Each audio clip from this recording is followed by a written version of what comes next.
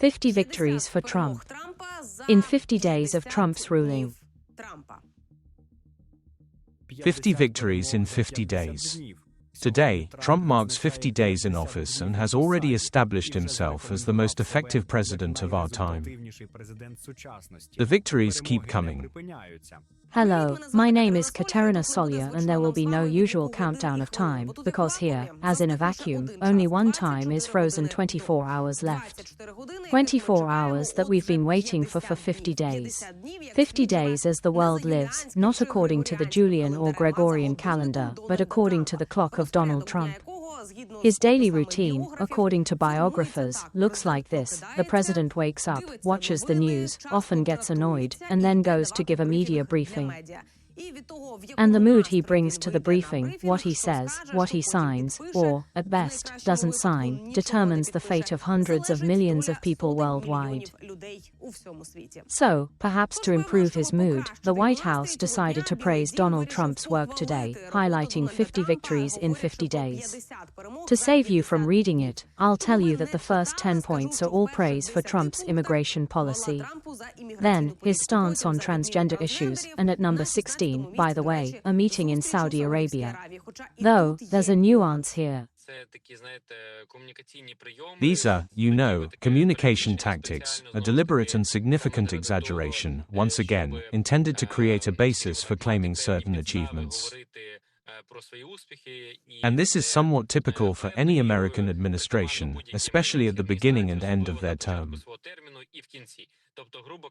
So, frankly speaking, I wouldn't find anything particularly surprising here, so I don't think there's any reason to be particularly shocked by this. But those, along with other negative developments, let's put it this way, in the economy and the shock experienced by Americans, raise an important question. For instance, why did the United States so quickly start engaging in dialogue with Russia without providing a clear explanation to the American public? This, in fact, is what surprises Americans the most when it comes to issues related to our situation and direction. And then, there's the work of the Doge, the cancellation of COVID rules, and Biden's laws. But what have these 50 days really been remembered for by America and the world? For being the worst in U.S. history since the 2009 crisis. Today, for example, marks the worst day in the market since 2022. The S&P 500 is a stock index that includes 503 stocks, 500 selected publicly traded public companies with the largest capitalization on U.S. stock exchanges. Since February 20th, it has lost $4.5 trillion in market capitalization. The tech sector has suffered the most, with the U.S. IT sector dropping by $1 trillion in a single day after Trump's comments about a potential recession. The crypto market has fallen by more than $1.3 trillion over the past 3 months. Billionaires who publicly supported Trump during his time in office have already lost $209 billion, according to Bloomberg. Let me remind you that Trump is demanding $350 billion in compensation from Ukraine for weapons provided by the Biden administration. When Donald Trump took the oath of office on January 20th, he was surrounded by some of the richest people in the world. Billionaires present that day, including Elon Musk, Jeff Bezos, and Mark Zuckerberg. And now, just 7 weeks later, it's a different story. No, they're still the richest. But the start of Trump's second term brought a stunning turnaround, not a takeoff, but a reversal for many of those billionaires who sat behind Trump in the capitalist rotunda. 5 of them have lost a combined $209 billion, according to Bloomberg's Billionaire Index. Now, they look back at the period between Trump's election and inauguration as the most favorable time for business. The fortune of the 53-year-old Tesla CEO reached an unprecedented peak of $486 billion on December 17, setting a historic record as the largest wealth ever documented in the Global Wealth Index. Most of his profits came from Tesla, whose stock nearly doubled after the elections. Since then, the electric car maker has given up all of those gains. Consumers in Europe are outraged by Musk's support for far-right politicians. Tesla sales in Germany dropped by more than 70% in the first 2 months of the year. Chinese shipments also fell 49% last month, to levels not seen since July 2022. Now, Musk is down $148 billion. Jeff Bezos has lost $29 billion. Bezos, 61, who quarreled with Trump over the Postal Service and his ownership of the Washington Post during his first term in office, congratulated Trump the day after the election on Musk's X platform on social media. In December, Amazon donated $1 million to Trump's inaugural fund. Last month, Bezos had lunch with the president on the same day he announced that his newspaper would prioritize personal freedoms and free markets in its opinion section. But as we can see, public opinion doesn't interest Trump. On a plane after another weekend at his Mar-a-Lago golf club, Trump once again gave comments to the media. So, when asked a question from the Washington Post about Putin, he said that he no longer trusted the media outlet.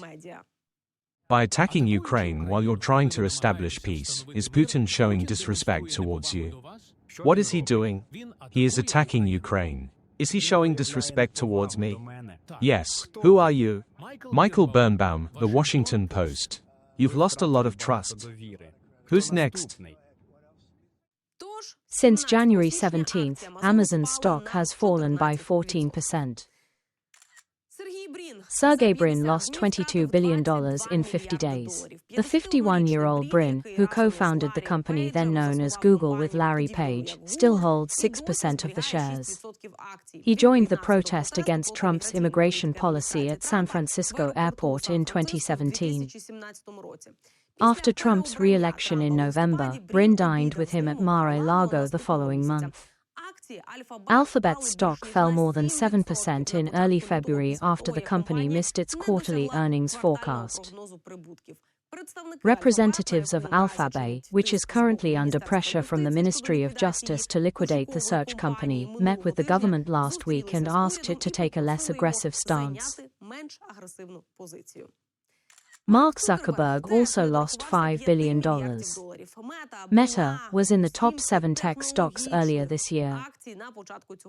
It was, despite the fact that the group of companies that provided much of the growth of the S&P 500 has not reached a stable level over the past few years. Meta rose 19% from mid-January to mid-February, but the stock has since lost all those gains it has built up. The Magnificent 7 index has dropped 20% since its peak in mid-December. Bernard Arnault is also down $5 billion. The 76-year-old Bernard Arnault, whose family owns a luxury goods conglomerate behind brands like Louis Vuitton and Bulgari, has been a friend of Donald Trump for decades. After a long decline in the value of shares, in 2024 the French luxury goods company jumped in value by more than 20% from the election to the end of January. But already last month, analysts said that the company was experiencing problems. And I only listed the top 5 richest in the world this year. If all of this is considered an achievement by the White House administration, then we can only add that this time Trump seems to have taken lessons from Putin's playbook and outplayed himself. You all see how much the markets are falling. This will be the greatest depression. Not just the Great Depression that anyone could have organized, but the greatest Great Depression. No one has ever had one like this. No president has ever achieved such success. Only I could organize this. Only a true genius can create the greatest depression and do it so quickly. No one would have done it faster. No one. It will be a beautiful, beautiful depression with a wonderful market crash. You already see it. Thanks to Elon for the help. Elon is doing a great job under Trump's leadership. Everyone knows that only I am capable of this. If I had stayed in office, we would have had this depression back in 2021. But damn Biden, who killed chickens, stole our victory. And he stole true greatness from the markets. I brought all of this back to America. And only under me can you see such a beautiful market crash. Unsurpassed. And this is just the beginning. We will make the depression great again. And do not forget about the 25% duties imposed by the United States on goods from Canada and Mexico, which led to similar actions in response. In fact, Canadians decided to boycott American goods altogether.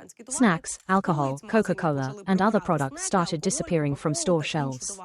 The boycott spread to other European countries and Mexico as well. In places where products weren't removed, signs were placed indicating that these goods came from America. Even the Americano has been renamed Canadiano to make sure it has no connection to Trump. Canada is also planning to block Americans from accessing its energy resources. But for Trump, this is not a problem at all, as his administration has already stated they are working on easing sanctions on Russia. It seemed that the civilized world was a place where people could travel without borders and shop without extra tariffs. But no, Trump is destroying this order with unreasonable tariffs and intentions to withdraw the United States from NATO, abandoning the civilized democratic world, which America has undertaken to defend, thus becoming the most influential country in the world. Add to this the halt in support for Ukraine, the restoration of relations with Russia, border revisions with Canada, direct negotiations with Hamas behind Israel's back, and the introduction, removal, and reintroduction of tariffs against allied countries. These are the real accomplishments of Trump during his presidency. And let's not forget about the egg prices, which instead of Elon Musk, shot into space. And the US Secretary of State, who, with a cross on his forehead, voiced Russian narratives live that Russia's war against Ukraine is a proxy war between the United States and the Russian Federation, bringing the Russian propaganda machine to the top of the ratings around the world. If we set aside the informational noise, which acts as a smokescreen, it becomes clear that Trump's approach is a political strategy crafted to minimize accountability. This leaves the president's critics feeling demoralized and disoriented, unable to comprehend how to effectively respond or take action. Critics, but not Ukraine. Because Ukraine knows, it has already known. We've been on these emotional roller coasters for years. We survived Russian propaganda, we'll survive American propaganda. And if we're talking about Donald Trump's achievements over the past 50 days, it's important to note that Europe's resolve stands out as the #1 accomplishment. Just 50 days ago, no one could have imagined that Europe would wake up and start arming itself. Not only assisting Ukraine in becoming a steel porcupine, but also transforming itself into that very same steel porcupine. The time of illusions is over, said Ursula von der Leyen, who again urged the EU to increase defense spending. Europe is facing a security crisis and can no longer rely on protection from the United States. Therefore, it must take great responsibility for its own defense. After the Cold War, some believed that Russia could be integrated into Europe's economic and security architecture. Meanwhile, others hoped that we could endlessly rely on America's full protection. And so, we lowered our guard. She also emphasized that Russia's military spending is greater than that of all of Europe combined, so something needs to be done about it. We want to use all the financial levers at our disposal to strengthen and accelerate our defense production, she said, once again presenting the Rearm Europe program, which, according to the European Commission's calculations, can mobilize around €800 billion to ensure Europe's security. However, bureaucracy has not been abolished, so the implementation of the European rearmament plan requires the approval of the European Parliament and member states. The next EU summit, by the way, will take place on March 20th and 21. March promises to be eventful. We'll keep our finger on the pulse and our heads cool. Because the countdown